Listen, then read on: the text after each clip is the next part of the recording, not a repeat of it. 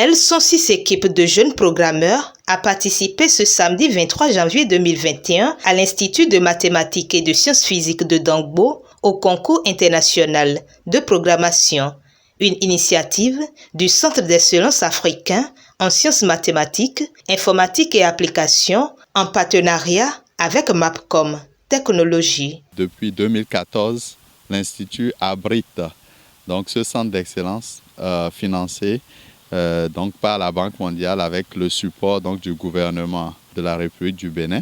Et c'est un financement donc pour augmenter l'application des mathématiques dans le développement.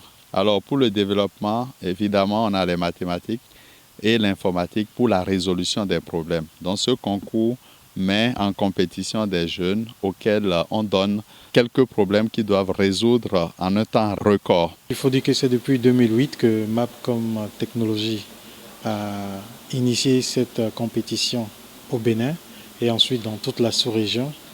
Et aujourd'hui, nous l'organisons dans 7 pays, à savoir le Bénin, le Togo, le Niger, le Burkina Faso, la Côte d'Ivoire, le Sénégal et le Nigeria. La compétition du Nigeria s'est déjà déroulée du mercredi 20 au jeudi 21. Et ce week-end, ce sont les compétitions du Bénin, du Togo, Niger, Burkina, Côte d'Ivoire et Sénégal qui se déroulent de façon simultanée. L'IMSP, qui a toujours accompagné cette compétition depuis la première édition, est encore à nos côtés. C'est pourquoi nous organisons cette édition ici. Une compétition très importante pour le centre, dont l'une des visions est d'impacter le développement à travers les mathématiques et l'informatique. C'est vraiment un grand plaisir pour l'Institut qui s'est résolument engagé à faire la promotion de cette compétition à l'international, surtout que l'Afrique subsaharienne, malheureusement, n'est pas présente quand il s'agit de l'international, c'est-à-dire quand ce concours est organisé où des pays comme l'Inde, la Russie, les États-Unis sont présents. Pour le moment, l'Afrique subsaharienne, donc les pays de l'Afrique subsaharienne ne sont pas présents. Donc un de nos objectifs avec notre partenaire Mapcom Technologies, c'est de pouvoir donc inscrire l'Afrique subsaharienne sur la liste des 10 meilleures équipes, par exemple. C'est un de nos objectifs à moyen terme et c'est pour ça qu'on encourage un peu cette compétition, on encourage les jeunes, on met les moyens, on met les paquets, on les coach et on a une équipe de professeurs vraiment qui les encadre pour s'assurer que ces jeunes maîtrisent donc les techniques et tout ce qu'il faut donc pour se hisser au rang de la programmation dans le monde. Tous sereins, ces participants expliquent le processus.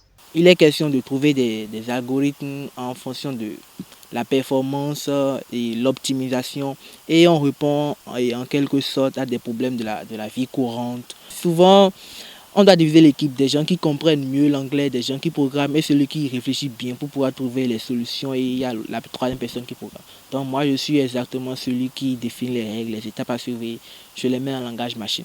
On nous propose différents types de problèmes, des problèmes de tout genre qui touchent à tous les secteurs de la vie. C'est plus des problèmes qui sont orientés vers la réalité. Il peut y avoir des problèmes, par exemple, qui touchent au trafic routier, comment optimiser la construction des routes, etc. Donc à chaque problème, il faut voir quel algorithme appliquer pour trouver la meilleure solution. C'est plus des problèmes d'optimisation. Bon, je suis plutôt serein parce que j'avais eu à participer l'année surpassée. On n'était pas vraiment performant parce qu'on était à nos débuts, on ne codait pas vraiment dans des langages qui nous facilitaient la tâche. Mais déjà, on est confiant actuellement, on sait qu'on s'est amélioré depuis la première année et bon, on espère quand même gagner cette compétition, cette phase. Mon équipe et moi, on veut plus coder en C++, qui est un langage de programmation très puissant.